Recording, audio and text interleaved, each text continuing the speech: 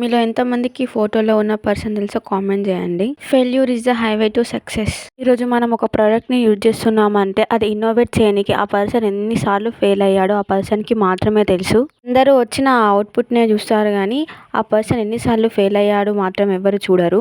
నేను ఇది ఎందుకు చెప్తున్నాను అని అంటే, మేము బిజినెస్ స్టార్ట్ చేసినప్పటి నుండి అందరి దగ్గర నుంచి వచ్చే ఒకటే ఒక క్వశ్చన్, లాభం వస్తుందా, ప్రాఫిట్ వస్తుందా, ఎంత వస్తుంది అని మాత్రమే. కానీ ఎవ్వరు కూడా అరే ఇద్దరు అమ్మాయిలే కదా ఎలా మేనేజ్ చేస్తున్నారు అని మాత్రం ఒక్కరు కూడా అడగలేదు మమ్మల్ని. అయితే ఈరోజు అందరికీ మా ప్రాఫిట్ ఎంతో చెప్తాను, వినండి.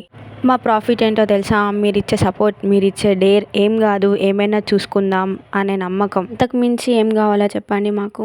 మనం ఏదైనా స్టార్ట్ చేసామంటే మనకే చాలా నెగిటివిటీ ఉంటుంది. అవుతుందా, ఇది ఎట్లా అవుతుంది అని. ఆ నెగిటివిటీ నుండి బయటపడడానికే చాలా టైం పడుతుంది. అలాంటిది మీరు మళ్ళీ వచ్చి డిసప్పాయింట్ చేసే మాటలు మాట్లాడకండి ప్లీజ్.